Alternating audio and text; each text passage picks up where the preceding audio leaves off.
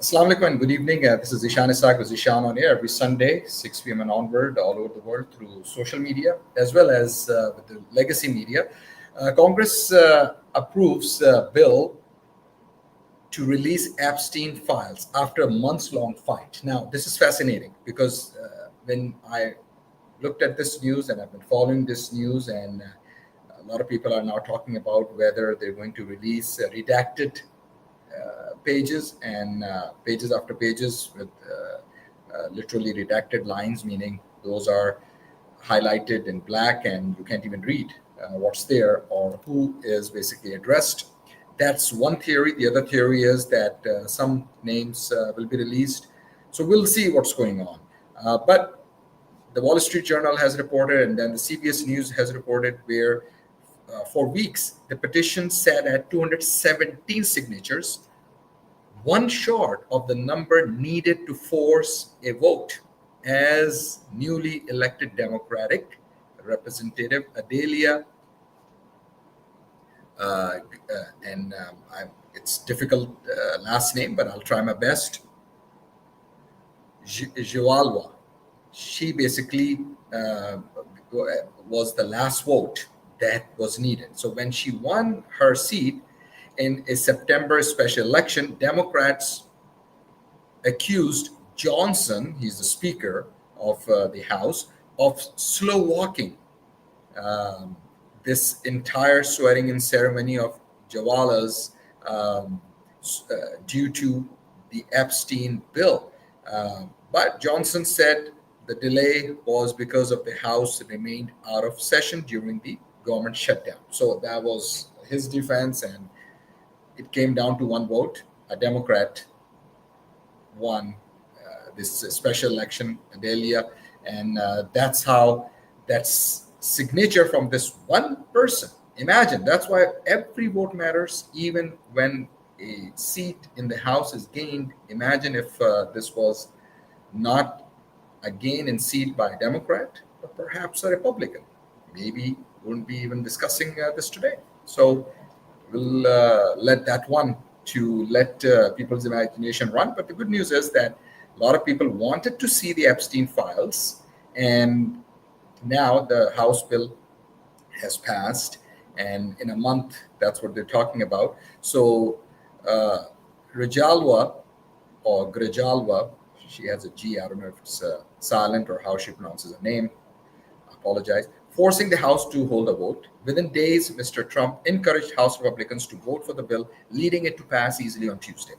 So that's basically the news on the Epstein bill. Now, here's another big news. This is with regards to our state governor. That's where I am based out of Lone Star State of Texas, and it's a beautiful state. A lot of great people from all different walks of life. They live in the cities and then in the suburbs, and then obviously when you go to other places in Texas, there are different kind of group of people they live. But the good news is that the state of Texas has diversity, although some may like it, some may not. But Houston, Dallas, and these are the major cities, Austin, and then San Antonio, and then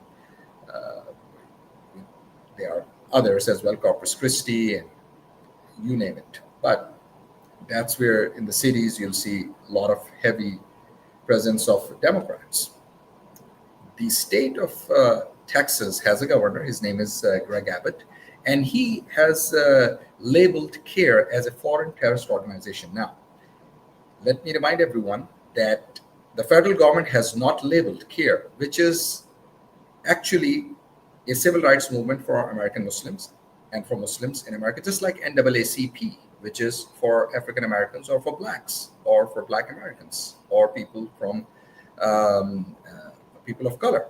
So just like NAACP, that's what CARE represent themselves. So what has been announced, and I'm going to read, quote, and this is reported in The Hill and everywhere in the news outlets, quote, the actions taken to support terrorism across the globe and subvert our laws through violence, intimidation, and harassment are unacceptable. These radical extremists are not welcome in our state and are now prohibited from acquiring any real property interest in Texas, unquote. That's the governor, Greg Abbott. So today it's CARE, tomorrow it could be NAACP, The other day could be Amnesty International, Human Rights Watch, who knows where it would stop. So that's how rational and reasonable people are discussing this, because when you go out of your way for political reasons, and many people know what those political reasons are. I don't want to dive into those type of topics today, but Texas governor and whoever supports him need to know that CARE has also taken the same governor to the court 3 times. That's where the CARE representatives and their director has been interviewed on some of these news outlets, and you can even watch that on YouTube.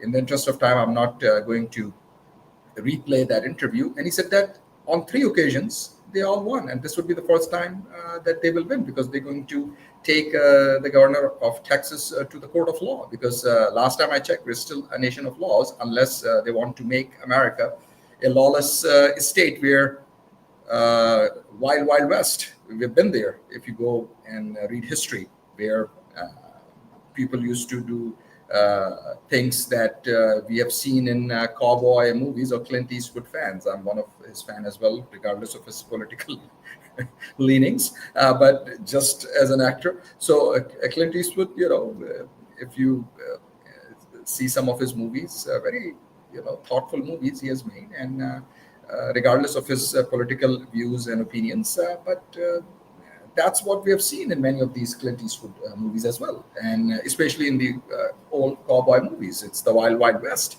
So where are we going to settle our differences? Obviously, through court of law. So this is happening as we speak. People who don't want to speak, well, I can just only going to hope and pray for you that hopefully one day when someone may need to speak for you, because you may get in trouble, then who's going to speak for you if you're not going to speak for things that matter as Americans? So it's important because this is not about religion, although the governor of Texas want to make it about religion.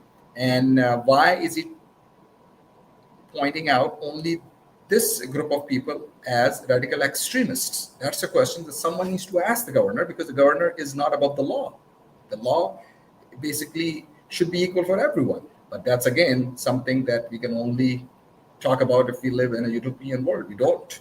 It's not a perfect world. So it's politics. That's basically the point that I would like to raise here. Now, Saudi Arabia scales back salary premiums for foreign talent, recruiters say. Some people are saying why. Well, here is maybe one of the reasons why. Trump to welcome Saudi Crown Prince with offer of fighter jets, because they want to spend that money to buy fighter jets. That's one answer. The other answer is obviously belt tightening or reducing their expenses or making sure the balance sheet is balanced. And they sell oil, and they are investing with NEOM project, which is a $1 trillion project very close to the border with the state of Israel.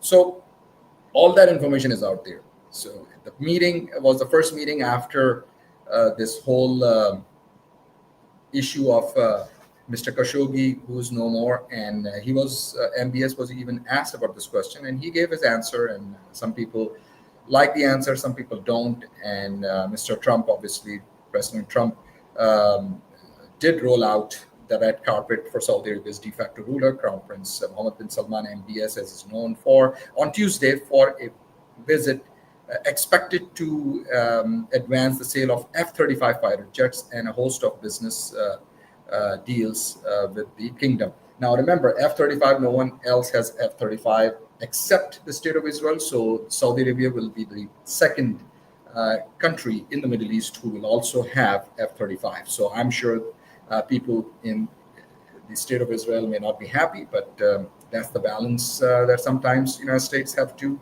make. And Trump administration made that decision. So you got to go ask Trump administration if you are so unhappy that why Trump administration has made this deal. So it's a big deal as well. F-35s going to MBS with the Kingdom of Saudi Arabia, who just made a pact with the Islamic Republic of Pakistan, and an attack on Pakistan would be considered an attack on Saudi Arabia and vice versa.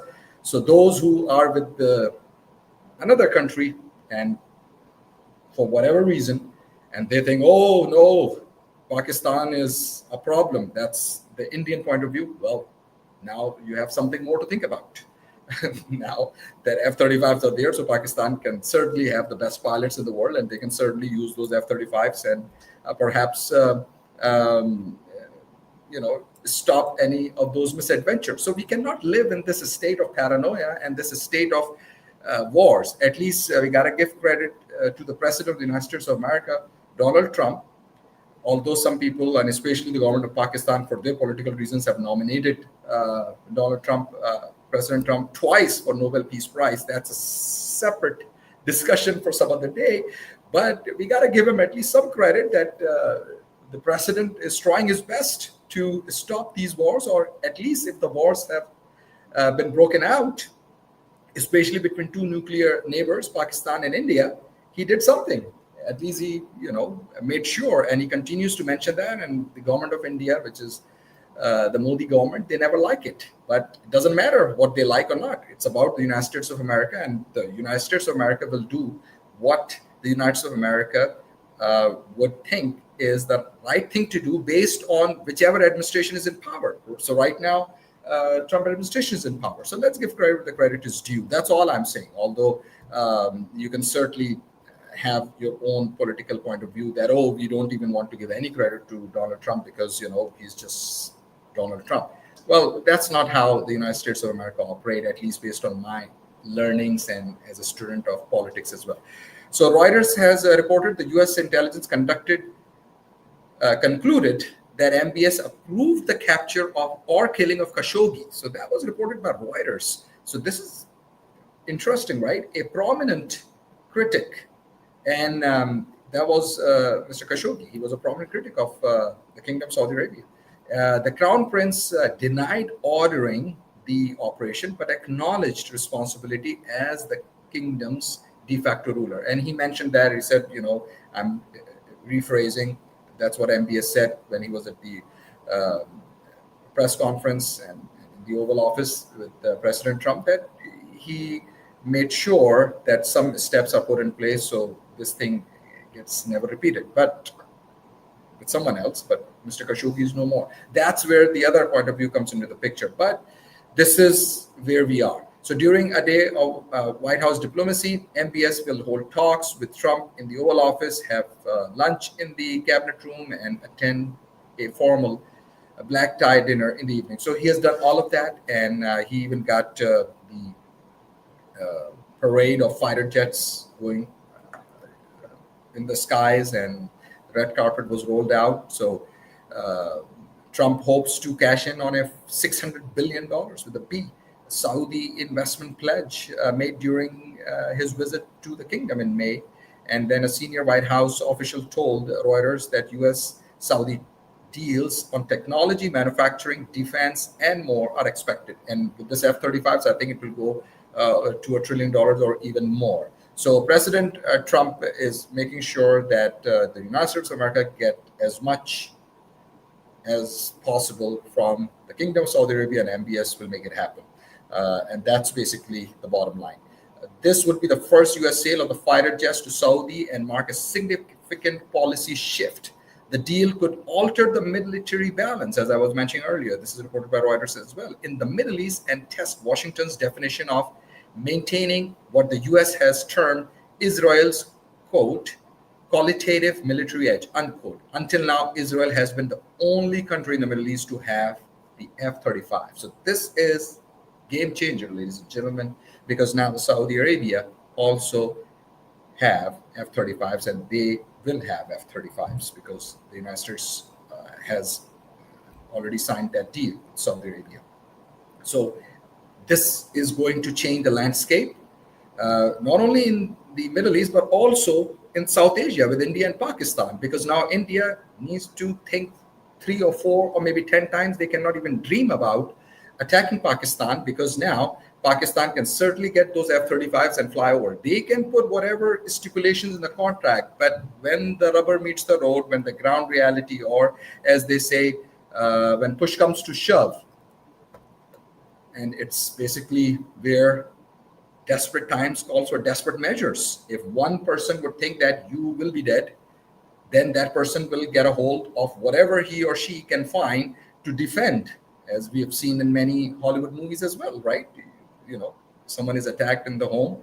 They may not even have a gun. Let's say they are not gun owners, although they should be, because it's your right, Second Amendment. But whatever you can get a hold of, or even in sometimes when they're fighting and you may not find a gun, then you will find whatever tool, even a knife or a toaster or whatever that you can use to defend yourself and attack the attacker. So that's basically how the world works.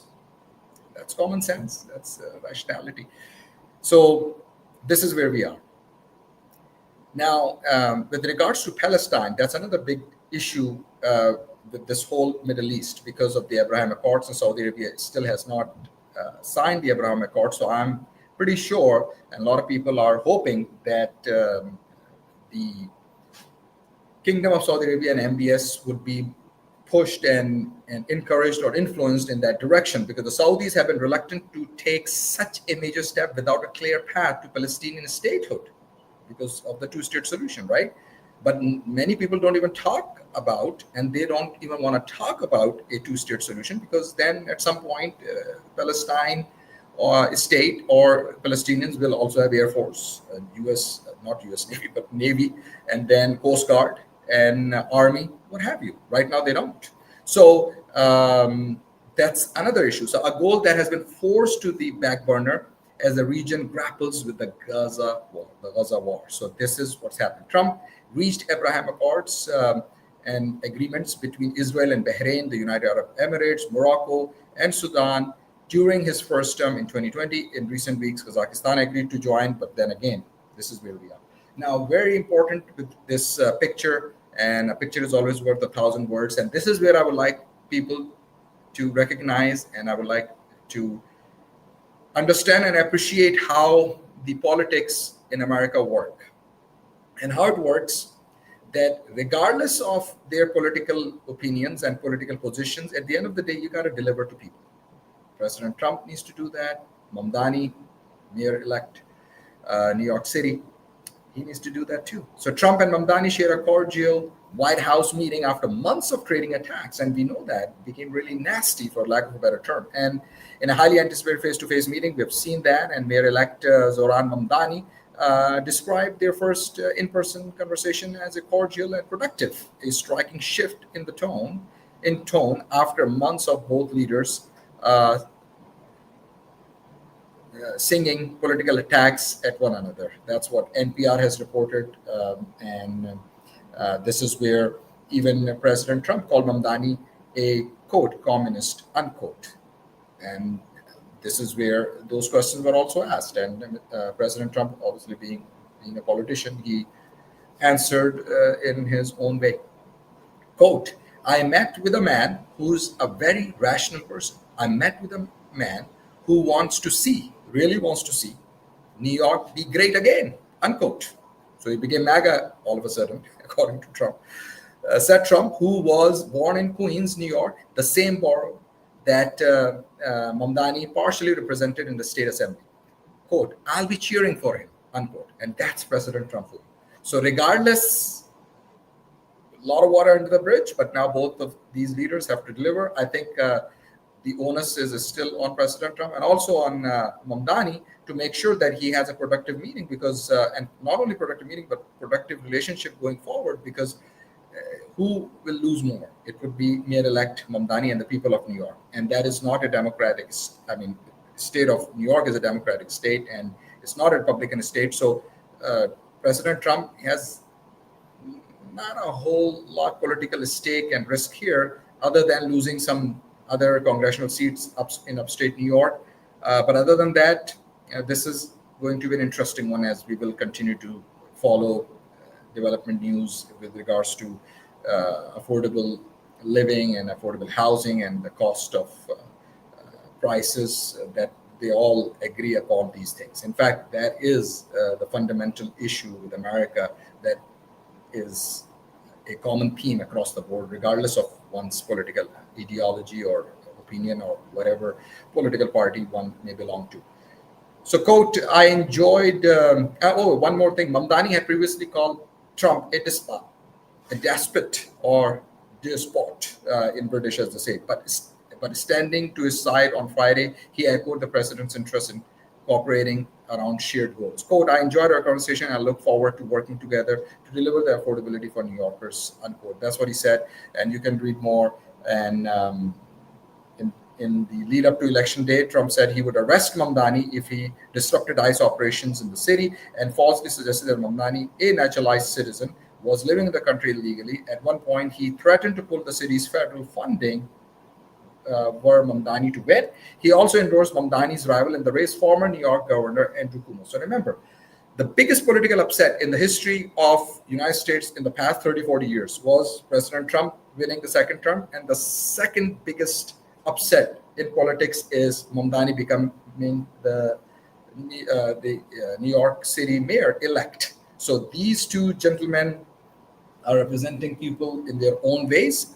It was good to see both of them had a good, cordial discussion and meeting, and we would like to see that continued in the best interest for people.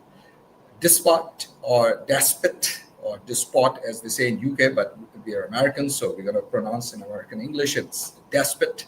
A person, especially a ruler, who has unlimited power over other people and often uses it unfairly and cruelly. The king was regarded as having been as enlightened despot or despot if you're British, but we're Americans. So this is where the synonyms autocrat and tyrant, as from Cambridge Dictionary, and obviously the US pronunciation is there as well, despot. So that's what Mamdani called the president. So now it's very fascinating. This is all politics. So an average person, a rational person, I'm not saying anything against Mamdani, respect him, but this is the problem. When people are using these terms, how are you going to go and have a conversation like a normal human being with these people? But that's typical politicians. That's not how the world works. This is not how the business world even operates. This is not how life operates. And unfortunately, that's what we're seeing in America, that people call each other these names, and then all of a sudden they are singing Kumbaya and dancing and singing along, which is good because that's how the system is, because at the end of the day, they have to deliver to the people of the United States of America, regardless of what political party they belong to. And they are now forced by our system. And people will need to continue to put pressure, whoever has voted for President Trump and whoever has voted for Mayor-elect Mamdani, that they need to deliver and hold them accountable to the promises that they made during their campaigns, because that's what you have voted them on. And if they are not delivering on that, then that's another problem. So anyway, with that, I'm going to sign off. But before I sign off, I would like to thank our key advertisers.